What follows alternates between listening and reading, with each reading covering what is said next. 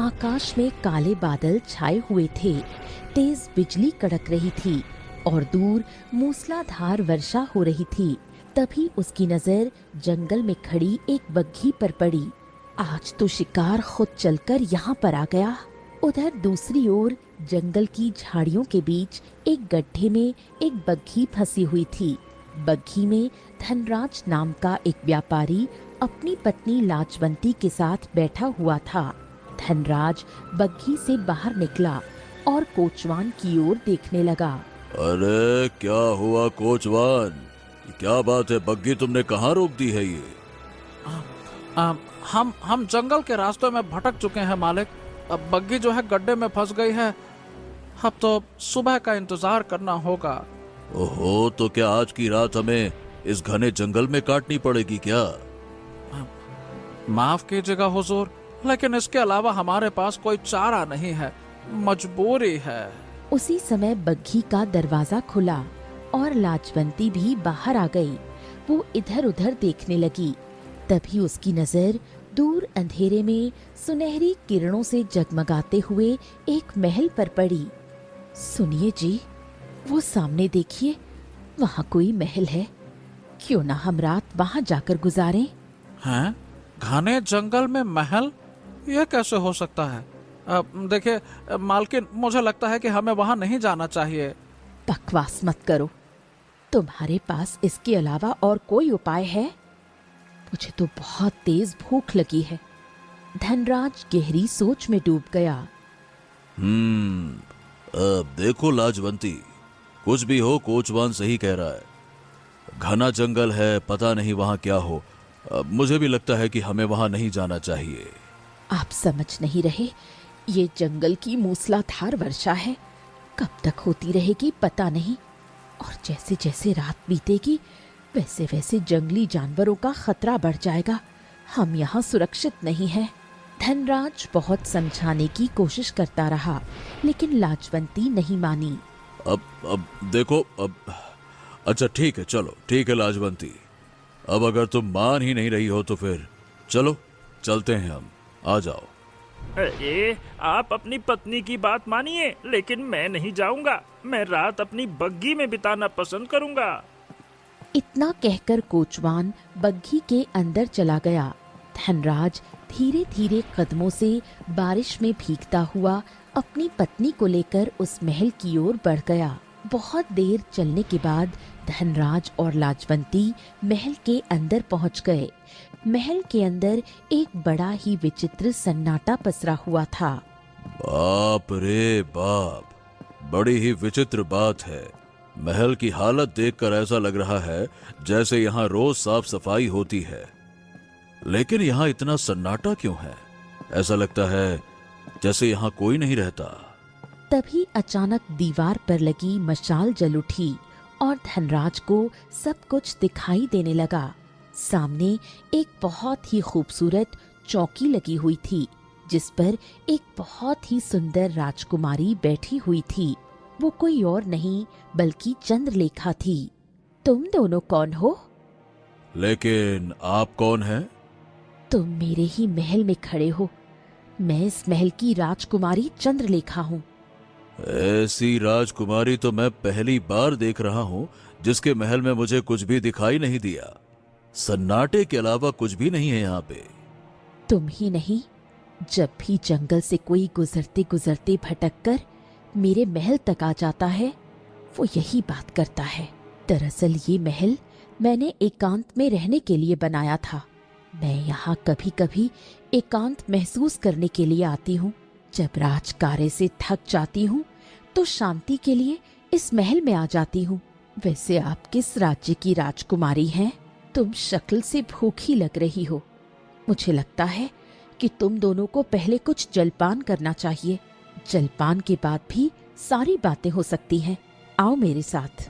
चंद्रलेखा उन दोनों को सम्मान सहित चौकी के सामने ले गई, जहां आसन रखे हुए थे।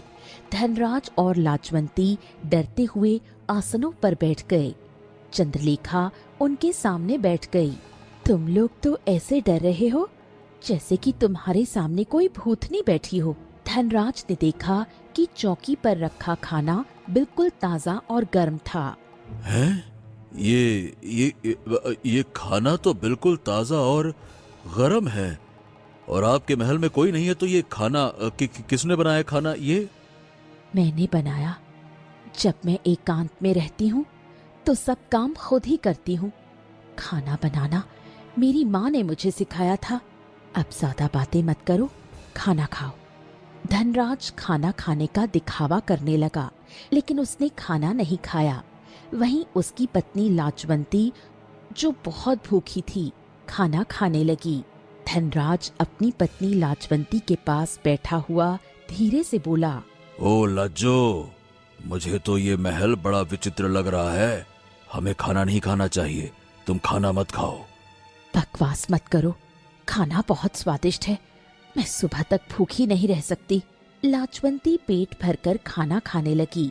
खाना खाने के बाद वो राजकुमारी की ओर देखने लगी। हम सुंदर नगर गांव जा रहे थे। हम अचानक रास्ता भटक गए और हमारी बग्घी गड्ढे में फंस गई। तुम्हारा महल देखा तो रात में शरण लेने के लिए यहाँ पर चले आए, लेकिन हमें नहीं पता था कि यहाँ पर हमारी इतनी आवभगत होगी। आओ, तुम दोनों को तुम्हारा सोने का कक्ष दिखाती हूँ। राजकुमारी चंद्रलेखा धनराज और उसकी पत्नी को महल के एक सुंदर कक्ष में ले गई, लेकिन उस सुंदर कक्ष को देखकर धनराज बुरी तरह से चौंक गया, क्योंकि वहाँ बहुत सारे लोगों की मूर्तियां खड़ी हुई थीं। ये किस तरह का कक्ष है? यहाँ पर मूर्तियां कैसी बनी हुई हैं? लग रहा है जैसे ये किसी समय में जीवित रही होंगी। चिंता मत करो, तुम भी कुछ देर बाद मूर्ति में परिवर्तित हो जाओगे। मैं जब जब किसी को मूर्ति में परिवर्तित करती हूँ, मेरी आयु बढ़ जाती है। इसी विद्या के सहारे मैं अब तक जीवित हूँ, क्योंकि उसे आना ही होगा।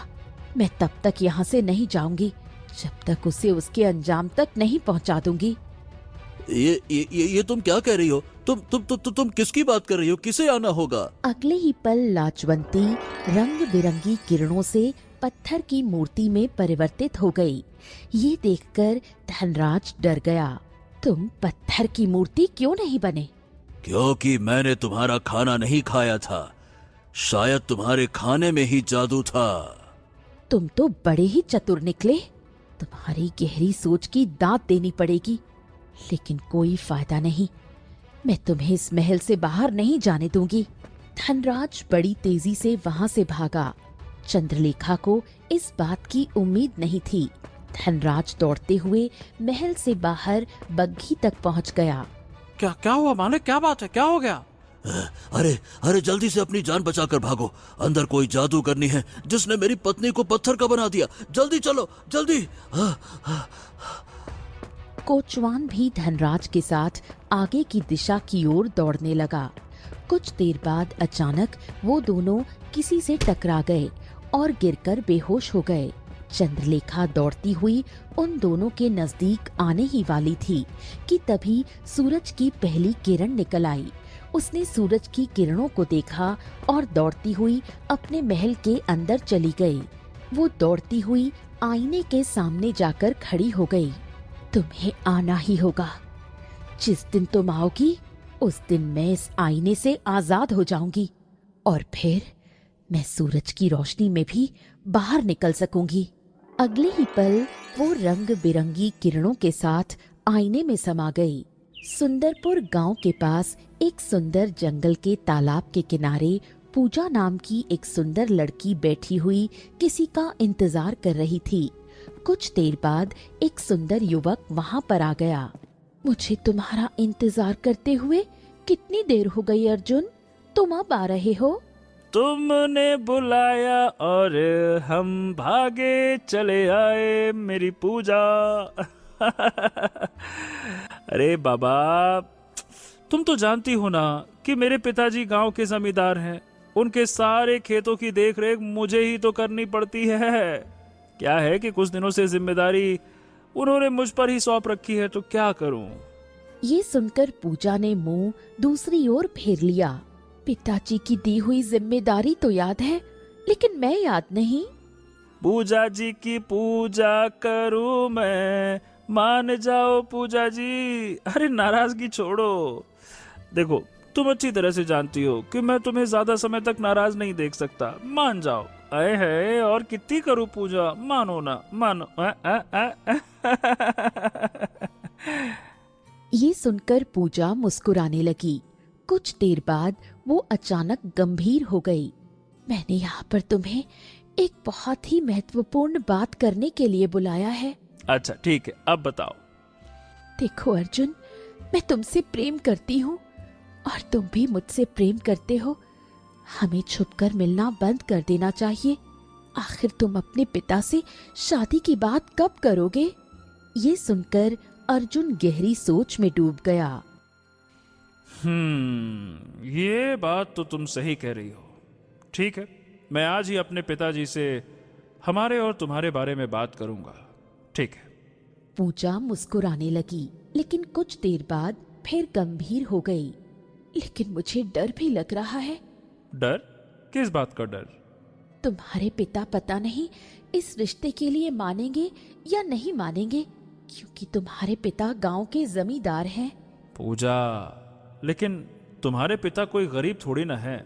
ये सच है कि उनके पास जमींदारी नहीं है, लेकिन उनके पास मेरे पिताजी से ज्यादा जमीन है और मेरे पिता के पास तुम्हारे पिता से ज्यादा धन है। तो तुम एक धनवान पिता की पुत्री हो। बस ये फालतू की बातें मत सोचा करो। हाँ। ये सुनकर पूजा मुस्कुराने लगी। कुछ देर बाद अर्जुन और पूजा बातें करते रहे और फिर अर्जुन वहां से चला गया। अर्जुन हवेली में पहुंचा, तभी उसका पिता जमींदार उसकी ओर देखने लगा। हाँ, क्यों, कहाँ गए थे तुम? मैं तो बस यूं टहलने गया था पिताजी, लेकिन ये आपके चेहरे पर ये परेशानी क्यों झलक रही है? क्या बात है? अरे तुम्हें क्या बताऊं बेटा, मेरा मित्र धनराज अपनी पत्नी लाजवंती को लेकर यहाँ पर आने वाला था। मैं उसका इंतजार ही कर रहा हूँ। उसे अब तक तो आ जाना चाहिए था। समझ नहीं आता कि अब तक वो आया क्यों नहीं है। पता नहीं कहाँ रह गया, क्या हो गया। हो सकता है कि उन्होंने आने का इरादा बदल दिया हो। नहीं नहीं नहीं नहीं, वो अपना इरादा बदल नहीं सकते। तुम नहीं जानते कि मैंने तुम्हारा विवाह बचपन में ही अपने मित्र धनराज की पुत्री के साथ तय कर दिया था। धनराज और उसकी पत्नी लाजवंती एक महत्वपूर्ण रस्म के लिए यहाँ पे आने वाले थे। ऐसे इरादा थोड़ी ना बदल सकते हैं। क्या क्या बात कर रहे हैं? तो क्या उनकी पुत्री भी उनके साथ आने वाली थी? नहीं नहीं नहीं नहीं, उनकी पुत्री नहीं, केवल वो आने वाले थे, धनराज और लाजवंती। अरे बेटा, वो हमारे खानदान के मुताबिक कुछ रस्म करते और फिर उसके बाद हम ही उनके यहाँ बारात लेकर जाते। ये सुनकर अर्जुन चौंक गया और इधर उधर देखने लगा। पिताजी, आप क्या मतलब ये सच है कि आपने मेरा रिश्ता बचपन में ही तय कर दिया था, लेकिन मैं उनकी पुत्री से शादी करने से अगर इनकार कर देता, लेकिन मैं उनकी पुत्री से शादी कैसे कर सकता हूँ? मैं मतलब क्या है कि मैं सुखदेव की पुत्री पूजा से प्रेम करता हूँ और मैं उसी से शादी करना चाहता हूँ पिताजी। ये क्या बकवास कर रहे हो तुम? तुम नहीं जानते कि मैंने बरसों पहले अपने मित्र को जुबान दी थी? फालतू की बातें ना करो। एक तो वो आया नहीं और तुम्हारा दिमाग फिर गया है। पिताजी, तो जुबान दी थी तो वापस ले लीजिए। शादी करने के बाद जीवन तो मुझे बिताना है ना, आपको नहीं। जीवन साथी के चुनाव करने का पूरा अधिकार मेरा है। मैं पूजा से ही विवाह करूंगा, नहीं तो मैं जीवन भर कुंवारा ही रहूंगा। फिर मुझे किसी से शादी वादी नहीं करनी। जमींदार अपने पुत्र से बहुत प्रेम करता था। उसने अर्जुन की ओर गहरी नजर से देखा। अरे सब अपने अपने मनमाना करो। ठीक है ठीक है, मैं आज ही सुखदेव से तुम्हारे रिश्ते की बात करके आता हूँ। ठीक है। कुछ देर बाद जमींदार सुखदेव के घर पहुंचा। देखो सुखदेव, मेरा पुत्र तुम्हारी पुत्री को पसंद करता है और वो उससे विवाह करना चाहता है, तो मैं तुम्हारी पुत्री का हाथ मांगने तुम्हारे पास आया हूँ। अरे तो मैं इनकार कैसे कर सकता हूँ जमींदार। तुम्हारे पुत्र अर्जुन के स्वभाव के बारे में तो सभी लोग जानते हैं। वो बहुत दयालु और बहुत अच्छा लड़का है। मुझे लगता है कि ये विवाह जल्द से जल्द हो जाए तो बेहतर होगा। ये सुनकर जमींदार गहरी सोच में डूब गया। हाँ, देखो, मैं तुमसे कुछ छुपाऊंगा नहीं। दरअसल मैंने अपने पुत्र का विवाह बचपन में ही अपने मित्र धनराज की पुत्री के साथ तय कर दिया था, और वो रस्म करने के लिए यहाँ पे आने वाला था, जो अभी तक आया नहीं। एक बार वो यहाँ पर आ जाए, फिर मैं उसे साफ साफ इनकार कर दूंगा कि मैं उसकी पुत्री का विवाह अपने पुत्र से नहीं कर सकता।